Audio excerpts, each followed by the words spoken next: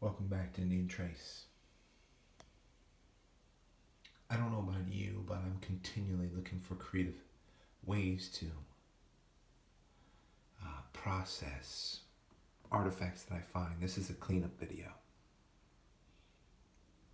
Yours are the second pair of eyes that have seen some of this stuff in 2003, 4,000 plus years. Sure, some of it older, some of it pottery younger. But I've been holding back, both compromised by the weather and time, from filming some of this out in the field, just being picky. Knowing I needed to process some of it. I don't know if you guys process things and pay them forward or do whatever, however you handle your collections. Some of you even move them into venues where you're able to sell some of it. I haven't got into selling it, but either way, it doesn't matter to me. To each his own. There's no possible way we, as one speck in time, one lifetime, can catch up with 8,000 plus years of Stone Age accumulation. Of needs-based accumulation, which is what we're looking at.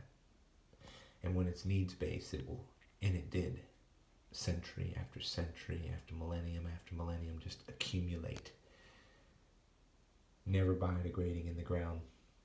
Look at some of these finds, they're just staggering. A lot of what you're seeing here, some of it came from different places in Site 4, but since then they've been processed further into their crop. Look at these pieces of quartz.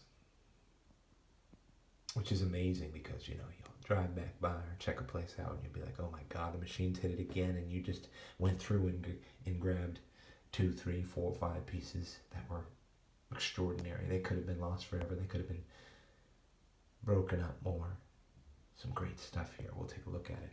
And some great pottery. This is extremely big for me. Extremely big stuff. It's been a working day. My hands are dirty.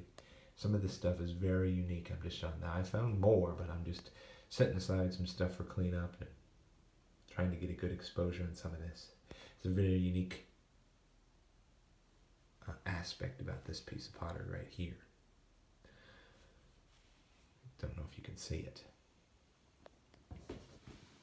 Well, it's on my mind. I might as well discuss it. That's the concave side. And you don't usually see a pattern in the concave side of the pottery.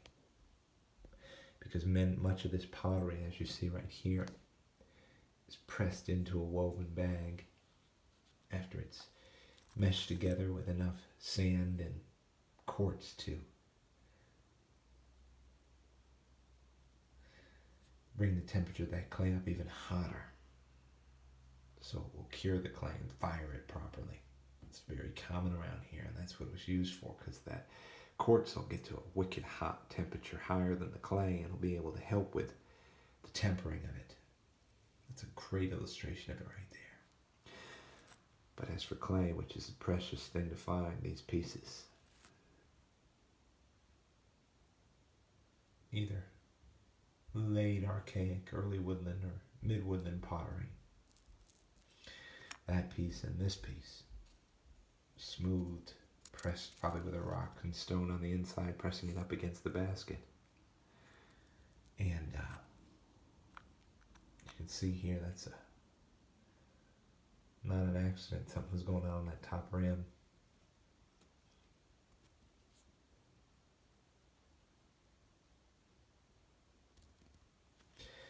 But they did that, and that's why with these, you see how smooth it is? And you could be jumping 100-year periods. My nails are dirty. But this one is different. See? That's the inside.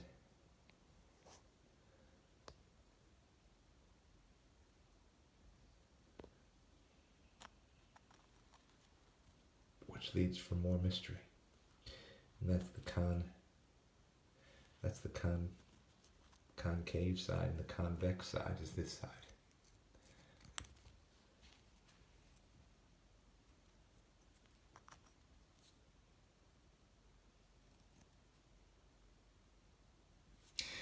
Now, the hands that handle these, the probably feminine female hands that made this pottery, because it was very gender-based, the roles that they played and what they made. If you go back in time and see it happening, here's a chunk of very rare flint around here that's not common around here. They make scrapers out of this around here, and here's another version of it. Often you'll find the thumb scrapers made out of this. See, it's a very similar type of flint. This could have been a scraper, just absolute ready to scrape something. And I mean, they were working hides every single day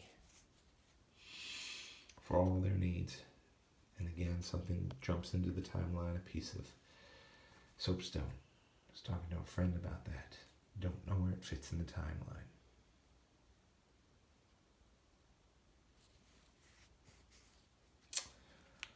Those are the cool mysteries about it all.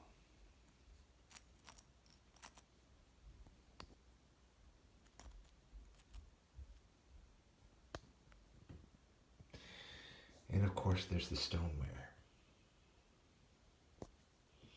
This piece is broken.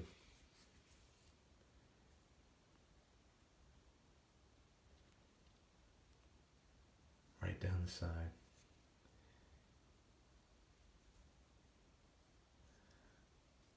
See that impact fracture?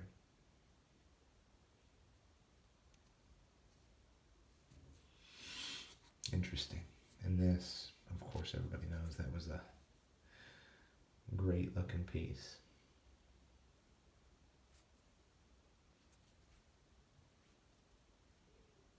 Old break. When we say that with the rhyolite, for those of you out there that don't know, that break is patinaed the same color as this. So that broke happened a long time ago. It takes a long time for that to patina to the light green. It is a dark army green flint. Dark army green. It's a good look at it though. Great piece. Here's another great piece that happens to be a broke.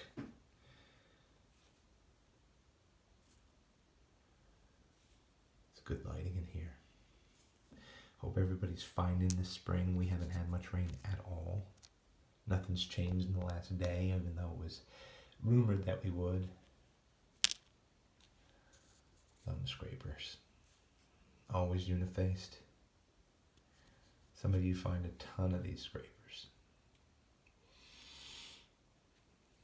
The stuff of their life. Then there's the everyday meat getters. Thank God I'm a meat eater. It helps me relate more. This is a point I know that a lot of people have an interest in. It's relieved on the base. It's translucent, of course, but whatever name it is, I mean, I'm missing the tip.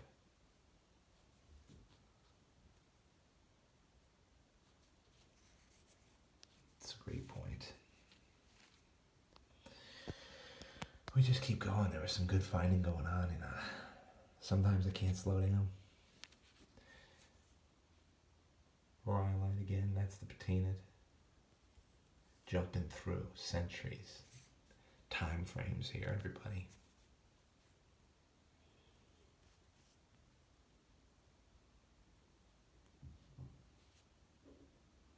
Again, for those of you who love seeing them out in the field, I just can't do it as much if my time is limited, and I'm trying to economize, saving as much as I can. I know that founding a lot of these pieces yesterday. Then yesterday afternoon, the machines came in again and have resituated the whole site. So these, I guess, ostensibly would have been lost again. Or maybe broken, but maybe not. That's a great piece. That is rhyolite. Different color. It's a very dark brownish green, pretty much brownish rhyolite. Patina's this light brown. It's a great point. I like that look. The quartz, I mean, that's just good stuff. Strong.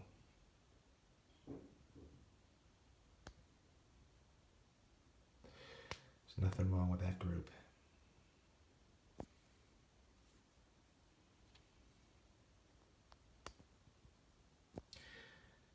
I'm trying to get some pictures with it too, to document everything before I move it forward or move it on or do something with it. Got to figure out what to do with all your stones before you're gone. You're just a blink in time. Keep them safe for a little while, right, you guys? Then you're going to trust somebody, child, one of your kids, spouse, with your collection. So it is what it is, right?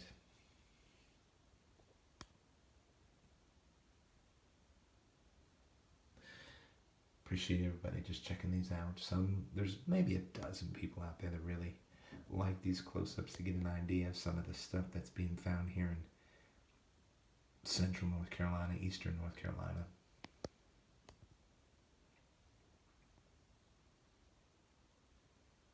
I can only hope everybody finds out there.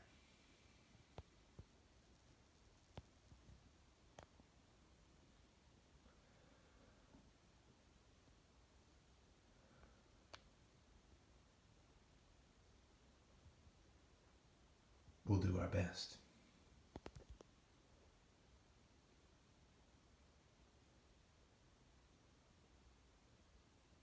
And God will do the rest.